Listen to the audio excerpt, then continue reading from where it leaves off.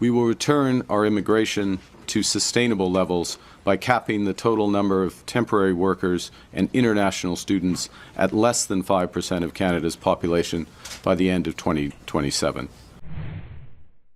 So I thought I would just share this with you guys because you probably don't follow British politics as much as I do, obviously because I'm from England, and you probably don't think it means very much to you. But in England, the Labour government had a huge majority in the last election, and they also had a majority over the councils. Now that's a little bit like Canada and the provinces, except for the councils are much smaller. So the councils run basically what's going on in their areas, as if it's their provinces, right? And then some of these areas of councils, they all have mayors for those areas, rather than just a mayor for a town. They have a mayor for the whole, like the whole area.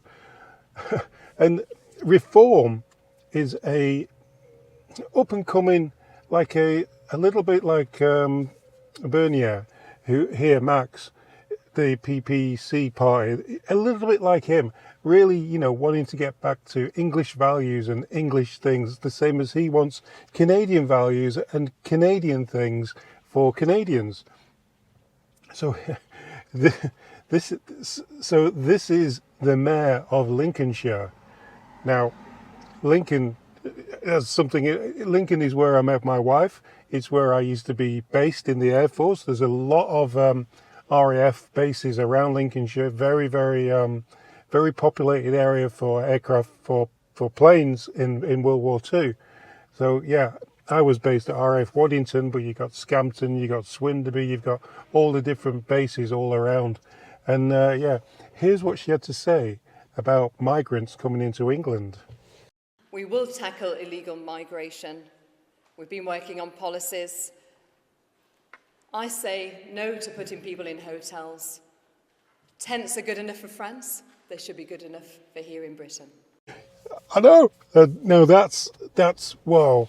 Like if you watch any of the audits in England, you'll see that they put the migrants in hotels, whereas the homeless have a lot of trouble on the streets finding somewhere to live. But migrants get to go in hotels. I think the government pay for that, and the councils actually put the money towards. So the councils get the money, they pay the hoteliers, and then they put the people in there. But this lady, she's like, no. If in France, where they are in France, waiting to come over on the boats, like this, the English Channel's like 20 miles wide, so people come over on the boats and then claim asylum in England. But in France, they live in tents. They live in like tent cities, and then they'll come over on the boats. So what she's saying is, stop putting them in hotels now. Let's put them in tents. And I'm like, that's serious talk from a politician in England. Like, people in England can get locked up for saying things like that. And she's saying it as if that's going to be one of their things that they're going to do for reform. They're going to stop the hotels and put people in tents. That should be interesting to watch and interesting to follow.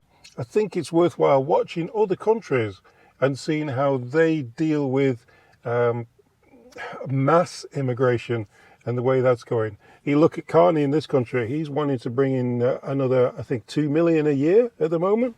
We will return our immigration to sustainable levels by capping the total number of temporary workers and international students at less than 5% of Canada's population by the end of 2027. That's a sharp drop from the recent high of 7.3%, and this will help ease strains on housing, on public infrastructure, and social services. At the same time, we will work to attract the best talent in the world to build our economy.